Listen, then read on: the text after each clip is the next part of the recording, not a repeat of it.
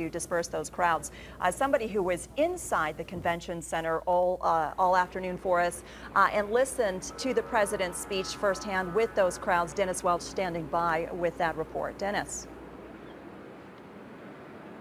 Yeah, and right now we're on Central. We're between Monroe and Van Buren here, and right now it looks like police are really doing just kind of mop-up duty. Just a few minutes ago, they had this entire section of road shut down, but it looks like some traffic is starting to move through here. But you can still see there's quite a bit of police, some people still milling around here, right here. Now, this is the intersection of Central and Van Buren, apparently where all this chaos really went down a little bit earlier today, right after that Trump had wrapped everything up here. Again, just a few minutes ago, they started letting some people through, but I can tell you that on our way up here, we saw a lot of people that were making their way back to their cars, making their way away from the convention center. And these were people who had been pepper sprayed. These were people, who were telling us stories that they had run in with their run-ins with police. Now, at this point, we don't know a whole lot about who started it or what, but it definitely started shortly. Sorry about that, folks. Sorry about that, folks. There's been a lot of that here tonight, of people just coming up and screaming things and letting their feelings known. Obviously, a very emotional night here tonight with Donald Trump speaking. The protesters out here definitely not happy with him. We watched the whole speech from inside, and at some time it looked like the president was, poking fun at some of the protesters here, making fun of the crowd size outside, saying there was supposed to be a whole lot of people here, and he said there weren't that many people here. So definitely a very emotional night, but it looks to be wrapping up here in downtown Phoenix as they're finally starting to let some traffic go through this section of street. Which just a few minutes ago. And Dennis, you were inside the convention center tonight, and let's talk about really what the tensions were leading up until tonight. Yeah. It was really will he or won't he, and that comes to the pardoning aspect of former Sheriff Joe Arpaio. White House press secretary said today earlier on Air Force One that the president was not going to talk about it. He wasn't going to mention it. He wasn't going to take any action on it.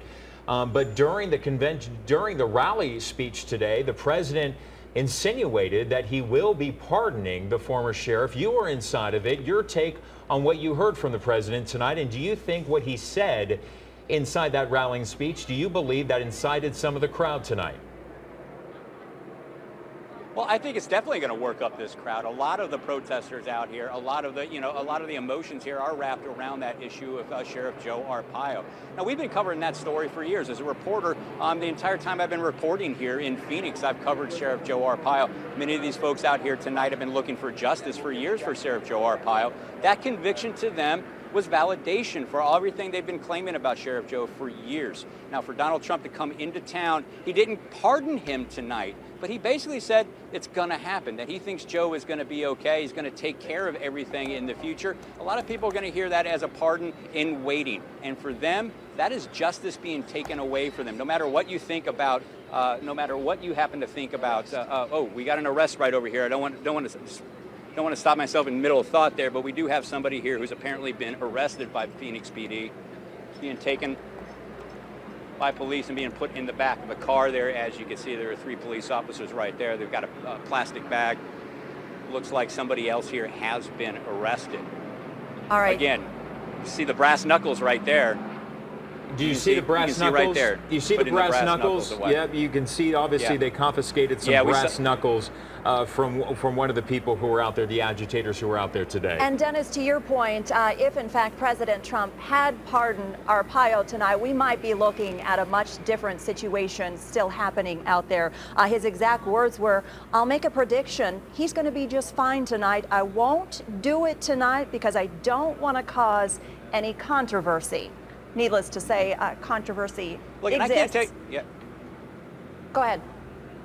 Yeah, and I can't overstate just how emotional this issue is for a lot of people here.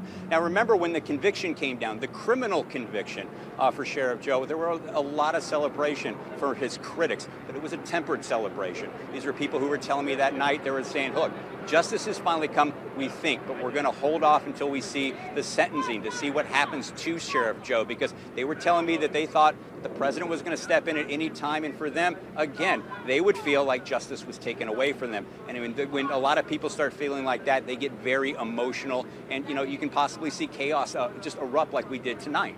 And speaking of that chaos, we're going to take a look at some of those pictures now. Just incredible pictures coming in from this evening. Just dramatic video as we heard the flashbangs and we watched the smoke going up.